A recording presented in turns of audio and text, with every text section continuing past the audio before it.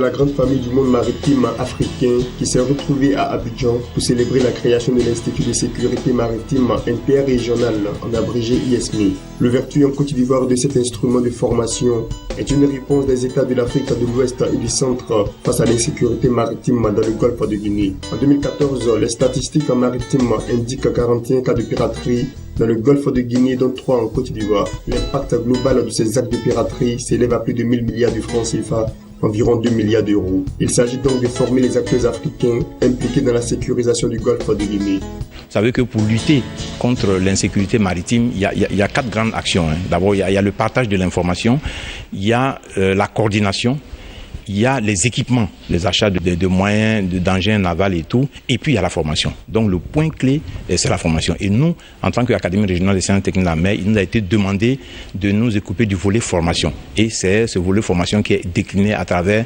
l'Institut de sécurité maritime interrégionale. Maintenant, qu'est-ce que l'ISMI? L'ISMI, c'est l'Institut de sécurité maritime interrégionale qui a vocation à former des personnels civils et militaires, des cadres, et les forme sur le plan vraiment stratégique pour la lutte contre cette insécurité maritime-là.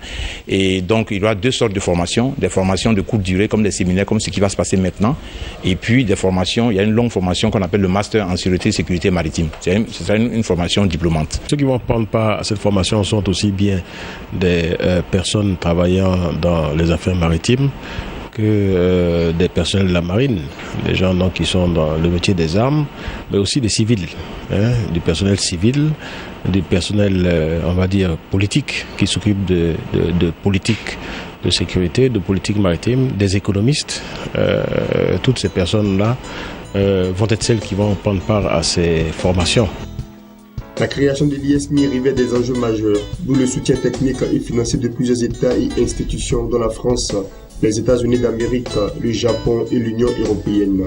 L'accroissement déjà du commerce entre, notamment pour ce qui concerne l'Union européenne, entre l'Union européenne et l'Afrique, et en particulier la Côte d'Ivoire. Ça porte sur les trafics nord-sud, en réalité, qui se diversifient et dont la valeur s'accroît, ce qui est une bonne chose.